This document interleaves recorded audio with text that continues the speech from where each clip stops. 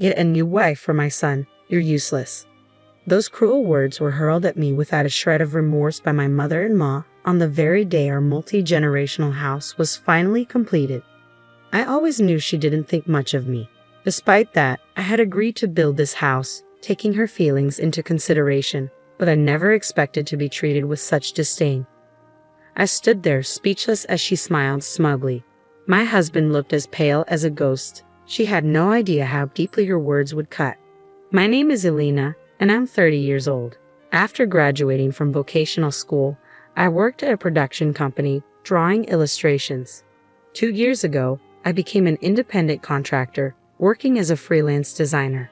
While I no longer enjoy the benefits and set holidays I had when I was employed, my income has increased significantly, allowing me to save more than enough. My husband, Camille, whom I married 3 years ago, has been my biggest supporter. He encouraged me when I was contemplating becoming independent. "Elena, I believe you can be successful on your own," he said. "But if I fail, I'll lose my income, and it will be a burden to you, Camille. Don't worry about that. We're a team, remember? If you want to try something new, I want to support you. Camille, don't worry. No matter what happens, you're not alone. I'll support you with all my might." "Thank you. I'll give it a shot." With Camille's unwavering support, I ventured into freelancing. In the beginning, jobs were scarce and my income was nearly zero. But my husband's encouragement kept me going. Now, 2 years later, I have more work than I can handle, from regular gigs to major projects. Somewhere along the line, my income surpassed both my previous earnings and my husband's. My annual income now exceeds $10 million. Our comfortable financial situation allowed us to enjoy more luxurious experiences together, like shopping and traveling, whenever Camille had time off. One day, while working from home, I started feeling unwell. When the discomfort persisted for several days, I visited the doctor. To my surprise, I discovered I was pregnant. I went home and nervously awaited my husband's return. That evening, as soon as he walked in, I brought up the topic. "Hey Camille, you know I haven't been feeling well lately, right? So I went to the hospital today." "Oh right, I'm sorry I couldn't go with you. Are you okay?" "Yeah, actually, there's something I need to tell you. I'm pregnant." "What? You're pregnant?" He stared at me with wide eyes, his bag slipping from his hand. "Really?" he asked, a smile spreading across his face. I nodded, beaming. Camille hugged me tightly. Thank you so much, Elena. I'm so happy." "Whoa, I can't breathe, Camille." "Oh, I'm sorry. I was just so excited." "Seeing you this happy makes me happy too, Camille. Let's work hard together." "Absolutely. I'll work even harder so that you'll be okay when you're close to giving birth and can't work." "Thank you. I plan to work until the last minute too," I said, smiling at Camille's tearful expression. As we started eating the dinner I had prepared, my husband could only talk about our future child. "I wonder what the gender will be. We need to prepare various baby items. Should I take paternity leave?" His enthusiasm made me laugh. He was probably mulling over all the details in his own way. At that moment, I decided to share something I had been contemplating for a while. "Hey Camille, there's something I've been thinking about for some time. How would you feel about us building our own house?" "Huh? A house? Our own?" "I've always imagined that when we have a child, I'd want us to live in a standalone house. I envision creating a room just for our child and call it lavish, but I've also been thinking about having a study room." "That sounds reasonable. With our future child in mind, our current condominium does feel a bit cramped." "Exactly. Now that we know I'm pregnant, I really want to make this happen if we can." "Yeah, I agree. Let's welcome our child into the best environment possible." So we made the decision to build a new house. On our days off, we toured model rooms and immediately began planning the floor layout, aiming to complete the house before the arrival of our child. About a month after discovering my pregnancy, we decided it was time to share the news with my in-laws. They lived about a 30-minute drive away from our condominium, but we seldom visited. The reason was simple, though unspoken. I found it challenging to deal with my mother-in-law. The issues began shortly after our marriage, perhaps even earlier when we visited his parents' house to announce our engagement. My mother-in-law had never been welcoming, often sporting a sullen expression. Initially, we used to visit them regularly, but she would always ask, "No children yet?" Her lack of understanding extended to my profession. She would remark, "Drawing for a living isn't a real job." whenever my husband and father-in-law were out of earshot. Gradually, I began avoiding their house due to her insensitive comments.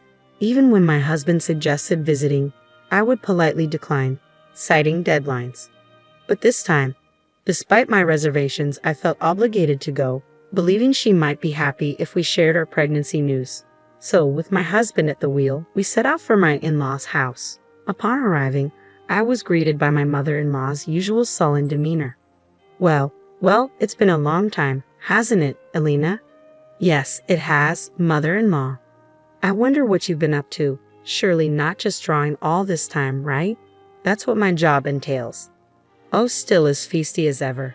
I had hoped you might have changed after being away for so long. She whispered these words to me when we were alone, as she played the part of the doting mother-in-law in front of my husband and father-in-law. When my husband announced my pregnancy, she directed a saccharine voice towards me. Oh my Alina, congratulations. I'm truly delighted to hear I'll be seeing my first grandchild so soon. Aha, thank you. Is the baby a boy or a girl? We don't know yet, it's still too early to tell. Well, the gender doesn't matter as long as the baby is healthy. Yeah, you're absolutely right, I replied, forcing a smile to keep the atmosphere pleasant.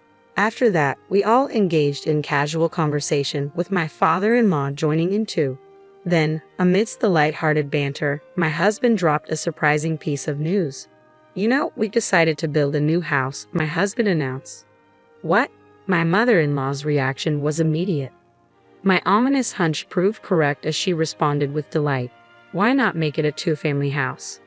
A two-family house? You mean you guys will live with us?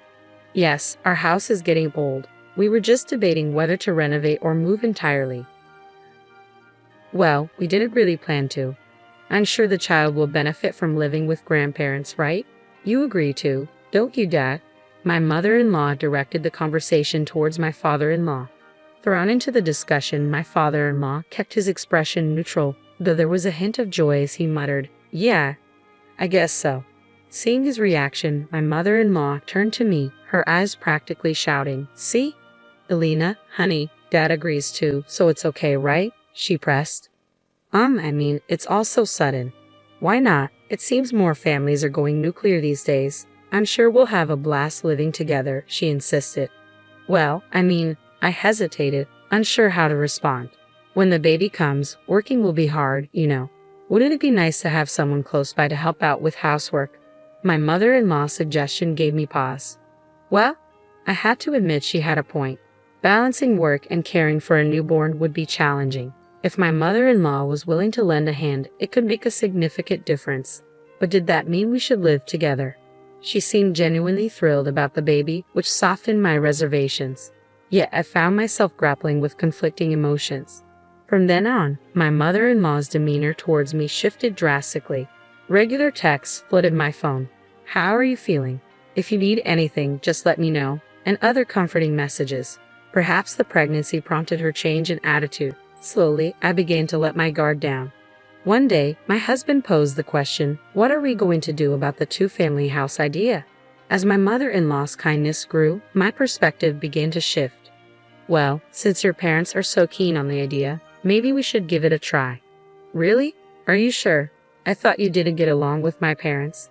True, I was cautious around your mother and avoided visiting your parents' house, but ever since we learned about the baby, she's been remarkably kind. I think I'm willing to give it a chance. I see. Thank you, Alina. My mom can be a bit self-centered, but I think she's genuinely excited about our child. Yeah, I can sense that too. Well, we'll need to adjust our plans then. Let's talk to the construction company.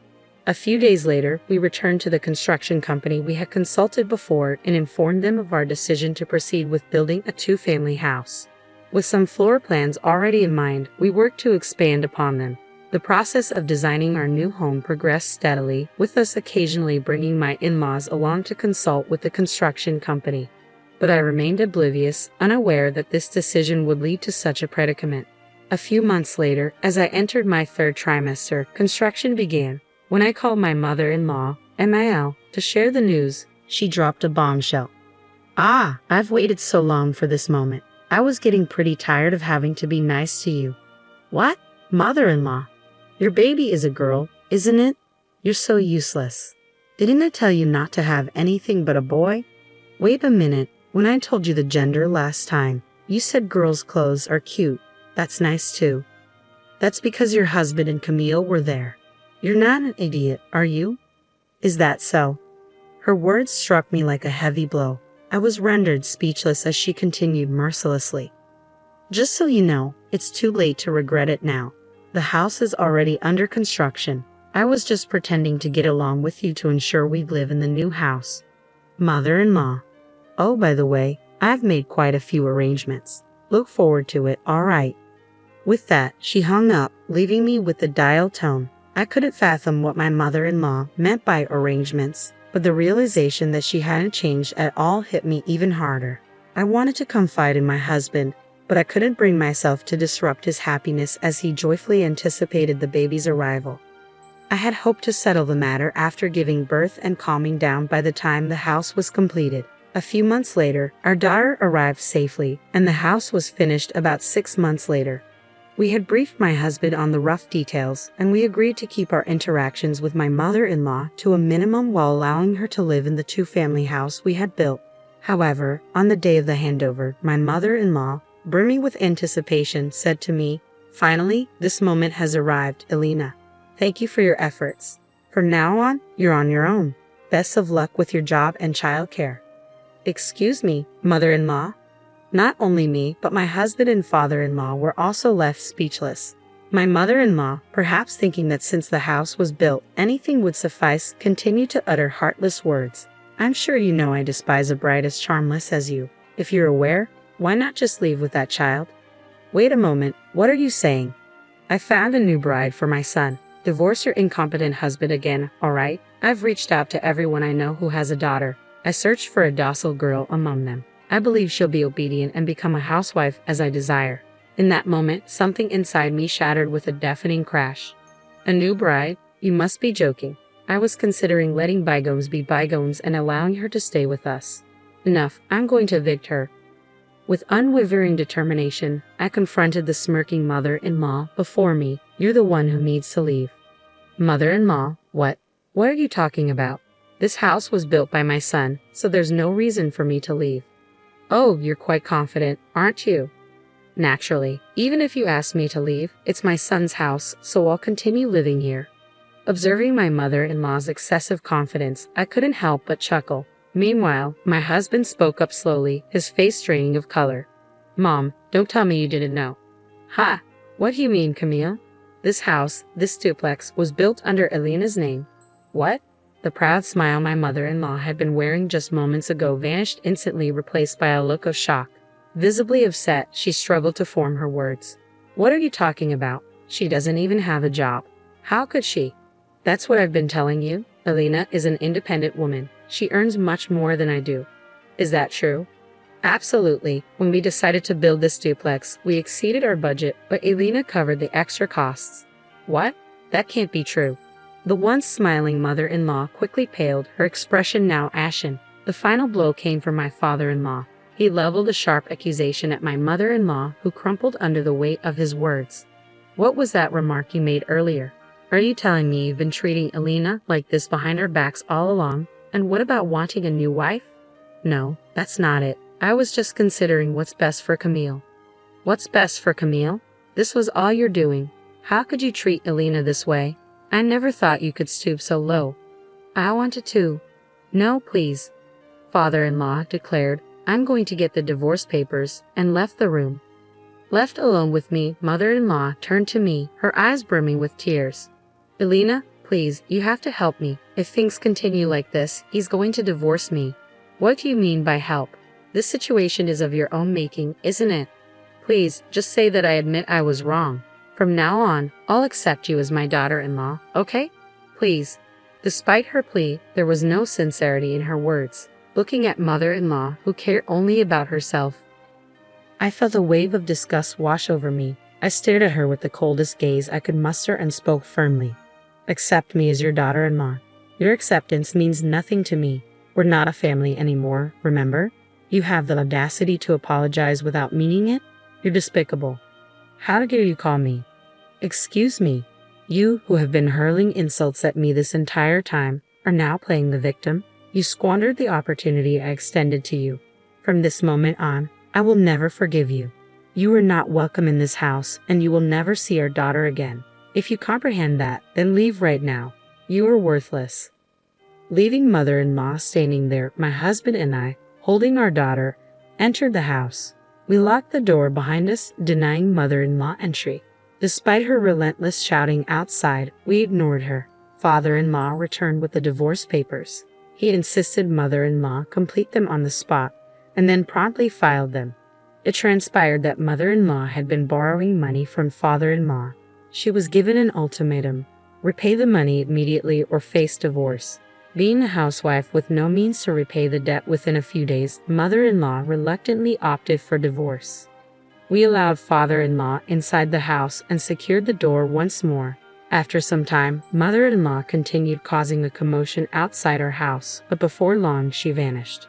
Later, we learned that mother-in-law's sister had reached out to father-in-law, informing him that mother-in-law had sought refuge with her. It seemed that mother-in-law had mistreated her sister in the past, nearly driving them apart.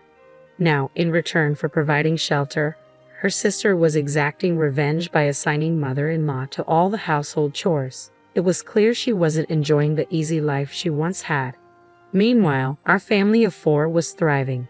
Father-in-law, a man of few words, doted on our daughter, showering her with affection.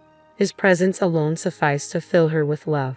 Looking ahead, we aim to continue building a joyful and nurturing home, working hand in hand with my husband and father-in-law.